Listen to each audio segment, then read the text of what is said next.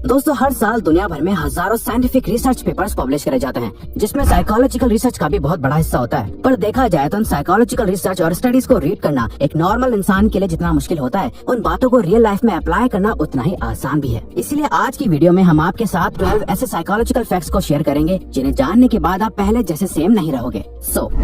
Number 1, music changes perception. हम सभी ये जानते हैं कि म्यूजिक हमारे मूड को चेंज करने का पावर रखता है। एक हाईली एनर्जेटिक सॉन्ग सुनकर आप मोटिवेटेड फील करोगे और वही एक सैड सॉन्ग आपको सैड और डिप्रेस्ड फील करा सकता है। आप किस टाइप का म्यूजिक सुनना पसंद करते हो, ये एक्चुअली में अफेक्ट करता है कि आप इस दुनिया को किस नजर से देखते हो। 2011 की एक स्टडी में लोगों को एक टास्क दिया गया, जहाँ उन्हें डिफरेंट म्यूजिक सुनते हुए एक पेपर पर हैप्पी और सैड फेसेस को टिक करना था। रिजल्ट ये देखा गया कि सैड म्यूजिक सुनते हुए ज्यादातर लोग सैड फेसेस को टिक कर रहे थे, वहीं हैप्पी म्यूजिक सुनते टाइम लोग हैप्पी फेसेस को चूज कर रहे थे, जिसे परसेप्चुअल एक्सपेक्टेशन का नाम दिया गया। जहां आप अपने कानों से कुछ सुनते हो तो आपका ब्रेन आपकी आंखों से सिमिलर चीजें देखने लगता है। इसीलिए एनर्जेटिक म्यूजिक वर्कआउट करते टाइम बहुत हेल्प करता है और सॉफ्ट म्यूजिक आपको फोकस करने में हेल्प करता है। Dunning Kruger effect. 1999 में 2 सोशल साइकोलॉजिस्ट ने ये डिस्कवर करा कि इंटेलिजेंट लोग हमेशा अपने आप को एक बिलो एवरेज पर्सन की तरह ट्रीट करते हैं। वो कभी भी खुद को बाकियों से ज्यादा स्मार्ट नहीं मानते। वहीं दूसरी तरफ एवरेज आईक्यू वाले लोग इसका बिल्कुल ऑपोजिट करते हैं। उन्हें हमेशा ये लगता है कि वो बाकियों से ज्यादा बेटर है। इसीलिए अगर आप ऐसे लोगों से मिलो जो हर बात में खुद को सुपीरियर शो करते हैं, जो ये दिखाते हैं कि वो कितने ज्यादा स्मार्ट हैं, तो समझ जाओ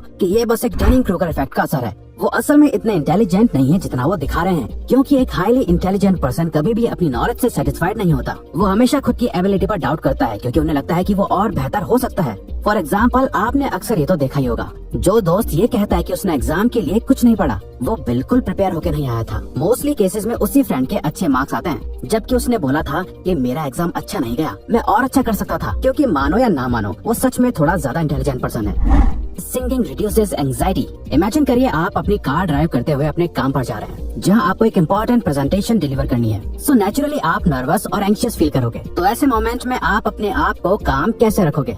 वेल, साइकोलॉजी कहती है कि अगर आप ऐसे टाइम पर अपना फेवरेट सॉन्ग प्ले करके खुद भी सिंगिंग करने लग जाओ। अब आपको ये सुनने में अजीब लग रहा होगा, पर सिंगिंग करने से आपके ब्रेन में एंडोर्फिन्स और ऑक्सीटोसिन रिलीज होने लगता है, जो अल्टीमेटली आपके स्ट्रेस लेवल को बहुत तेजी से कम कर देता है और आपके मूड को बेटर कर देता है। इसके अलावा ये आपके हार्ट रेट और कॉर्टिसोल लेवल को लो कर देता है, जिससे आप काम और कॉन्फिडेंट फील करने लगते हो। Power of silence. अगर आप चाहते हैं कि कॉन्वर्सेशंस आगे बढ़ती रहें पर आपको समझ नहीं आ रहा कि क्या बात करें, तो इसका सबसे सिंपल तरीका है अपने पार्टनर से कोई भी एक क्वेश्चन पूछ लो और जब वो आंसर दे दे उसके बाद भी आई कांटेक्ट मेंटेन रखो और आपका पार्टनर साइलेंस को अवॉइड करने के लिए कुछ न कुछ बात करने लगेगा। स्टडीज में देखा गया है, जब कोई पर्सन आपके सामने ओपन होने में स्ट्रगल करता है या अपनी फीलिंग्स को हाइड करता है, इस टाइम पर इन्फॉर्मेशन निकलवाने के लिए बस एक क्वेश्चन पूछो और कुछ देर साइलेंट हो जाओ, क्योंकि किसी भी कॉन्वर्सेशन के बीच साइलेंस अच्छा नहीं लगता, जिसे अवॉइड करने के लिए वो इन्फॉर्मेशन शेयर करने लगता है या आपसे क्रॉस क्वेश्चन पूछने लगता है, जो अल्टीमेटली कॉन्वर्सेशन को मेंटेन रखता है। Playing dumb. अगर आप किसी के सामने अपना गुड इंप्रेशन बनाना चाहते हो तो किसी ऐसे टॉपिक के बारे में बात करो जो उन्हें बहुत पसंद है और उसके बारे में उनसे सीखो। फॉर एग्जाम्पल, आप किसी से मिले जिसे कार्स में बहुत इंटरेस्ट है। अब हो सकता है कि आपको भी कार्स के बारे में बहुत नॉलेज हो, पर उनके सामने ऐसे प्रिटेंड करो जैसे आपको उनसे कम नॉलेज है और उनसे क्वेश्चंस पूछो जो सामने वाले पर्सन को कॉन्फिडेंट और स्मार्ट फील कराएगा और वो आपसे बात करने में और इंटरेस्ट शो करेंगे, क्योंकि वो जिस बारे में बात करना चाहते हैं आप उसमें अपना इंटरेस्ट शो करते हो, जो आपको एक लाइकेबल पर्सन बनाता है। और वैसे भी दलाई लामा का कहना है कि जब आप बात करते हैं तो आप केवल वही दोहरा रहे होते हैं जो आप पहले से जानते हैं, लेकिन अगर आप सुनते हैं तो आप कुछ नया सीख सकते हैं। The snake man.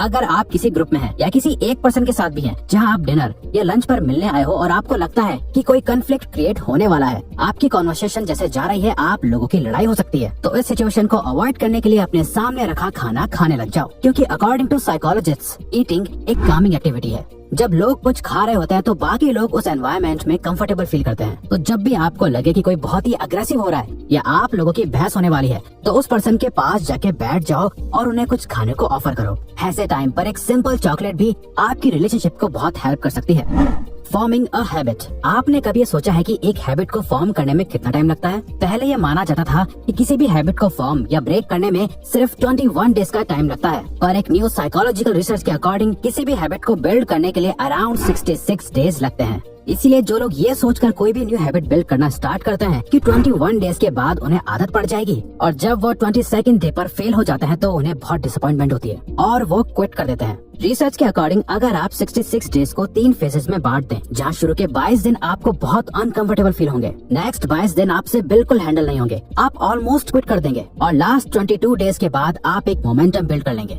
जिसके बाद वो हैबिट आपके माइंड और बॉडी से कनेक्ट हो जाएगी, आपके रूटीन में आ जाएगी और आप सक्सेसफुली हैबिट बिल्ड कर लेंगे। Call people bye their name. Psychologist कहते हैं कि हर पर्सन को अपना नाम सुनना सबसे फेवरेट साउंड लगता है, क्योंकि हम सभी के लिए अपना नाम बहुत इंपॉर्टेंट होता है। तो जब कोई आपके नाम को याद रखता है तो आप भी अपनी इम्पोर्टेंस फील करते हो। सिमिलरली आपने ये नोटिस करा होगा कि जब कोई आपका नाम भूल जाता है तो आप इंसल्टेड भी फील करते हो। इसीलिए किसी के सामने अपनी लाइकेबल प्रेजेंस बनाने के लिए इम्पोर्टेंट है कि कॉन्वर्सेशन में आप सामने वाले के नाम को यूज करते रहो, जो उन्हें इम्पोर्टेंस फील कराता रहेगा और वो आपके साथ और कंफर्टेबल फील करने लगेंगे। मल्टीटास्किंग।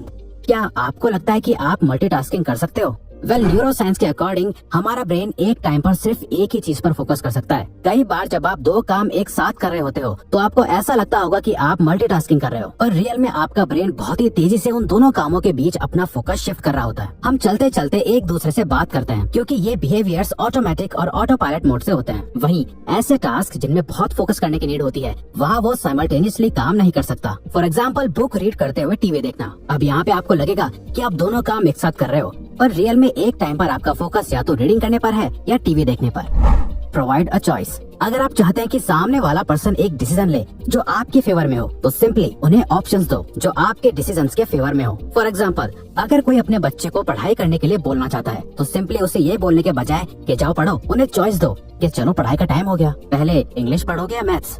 तो जब वो कोई भी चॉइस लेंगे तो उन्हें लगेगा कि वो खुद ये डिसीजन ले रहे हैं, वो अपने कंट्रोल में है। अब ये ट्रिक आप किसी के भी साथ यूज कर सकते हो। जैसे आपने नोटिस करा होगा कि हर रेस्टोरेंट में वेटर्स इसी ट्रिक का यूज करते हैं। वो आपको वो सारे ऑप्शंस देते हैं जो वो चाहते हैं कि आप ऑर्डर करो और आप इनडायरेक्टली वही करते हो, पर आपको ऐसा लगता है कि वो डिसीजन आपने लिया, लेकिन रियलिटी में वो डिसीजन आपके वेटर ने पहले ही ले लिया था। यानी कि वो ट्राई करते हैं कि आप कुछ चुनिंदा चीजों में से ही कुछ एक चीज ऑर्डर कर दें, जिसे रेडी करने में रेस्टोरेंट को ज्यादा टाइम ना लगे।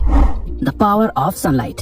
दोस्तों, आपने भी नोटिस करा होगा कि पूरा दिन अपने घर या ऑफिस में बिताने के बाद जब आप बाहर निकलते हैं तो इंस्टेंटली आपका मूड बेटर हो जाता है, क्योंकि सनलाइट के बेनिफिट सिर्फ मेडिकल फील्ड्स में नहीं है जो सिर्फ आपकी बोन्स के लिए बेटर है, बल्कि कई रिसर्च में देखा गया है कि सनलाइट कई मूड डिसऑर्डर्स जैसे डिप्रेशन को भी प्रिवेंट करता है। सनलाइट से मिलने वाला विटामिन डी मूड स्टेबलाइजर की तरह एक्ट करता है और हमारे ब्रेन में प्लेजरेबल हार्मोन्स को रिलीज करता है। और ये देखा गया है कि जिन कंट्रीज में सनलाइट की रीच कम होती है, वहाँ के लोगों में डिप्रेशन के ज्यादा सिम्टम्स देखे जाते हैं। तो आपको बस दिन में 10 मिनट डायरेक्ट सनलाइट लेनी है, जो लिटरली आपकी लाइफ को चेंज कर देगा। और ये मॉर्निंग सनलाइट होगी तो और भी अच्छा।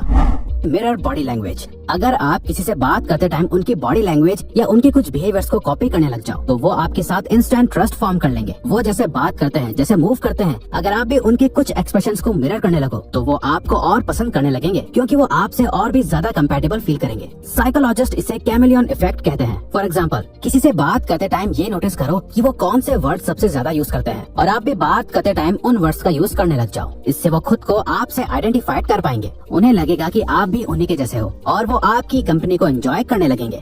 तो अगर आपको ये वीडियो अच्छी लगी तो वीडियो को लाइक और सब्सक्राइब बटन पे क्लिक करके इस चैनल को ग्रो करने में सपोर्ट करो।